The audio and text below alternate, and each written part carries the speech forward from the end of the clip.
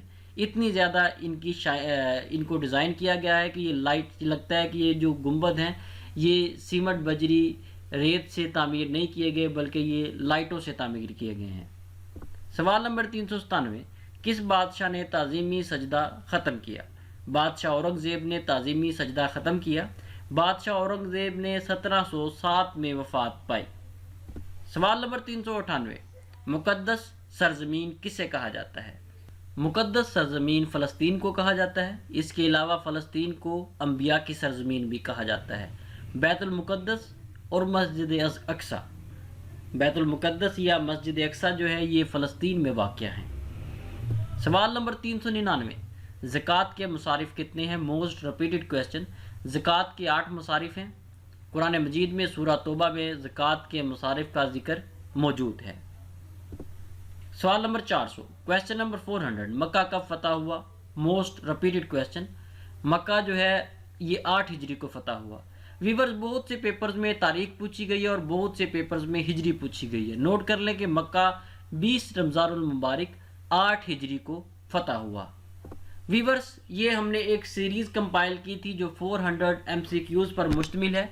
اس series میں ہم نے تقریباً تمام پاسٹ پیپرز کو ڈسکس کیا ہے، جتنے بھی پیپرز ہمیں ملے ہیں، اور اس کے علاوہ ہم نے انگلش کے امپورٹنٹ کویسچنز اس میں شامل کیے ہیں۔ جتنے بھی ہمیں پاسٹ پیپرز ملے تھے وہ اردو میں ڈسکس کیے گئے تھے، لیکن ہم نے کچھ کویسچنز اس میں انگلش میں ڈسکس کیے تاکہ آنے والے وقت میں اگر FIE اپنا پیٹرن چینج کرتی ہے اور یقیناً کرے گی تو انگلش کے جو کویسچنز ہیں وہ بھی آپ کو پتہ ہوں کہ کس طرح سے آ سکتے ہیں اور کس طرح سے آپ نے ان کے آنسر دینے ہیں۔ ویورز، اگر فیوچر میں ہمیں کوئی بھی اوریجنل پیپر ملتا ہے تو ہم انشاءاللہ اس سیریز میں اسے دوبارہ شامل کریں گے اور اس سیریز کو مزید جاری رکھیں گے، لیکن اب تک ہم صرف یہیں پہ سیریز کو ختم کر رہے ہیں کیونکہ جتنے بھی پیپرز ہمیں ملے تھے وہ تمام ہم ڈسکس کر چکے ہیں۔ انشاءاللہ نیکسٹ ویڈیو میں لیٹسٹ پیپرز اور لیٹسٹ سیریز کے ساتھ آپ کے پاس حاضر ہوں گے۔ اس کے علاوہ اگر آپ چاہتے ہیں کہ فیوچر میں آپ کو اس قسم کی سیریز، نوٹس، پیپرز ملتے رہیں تو ہمارے چینل کو سبسکرائب کر لیں۔ اللہ حافظ۔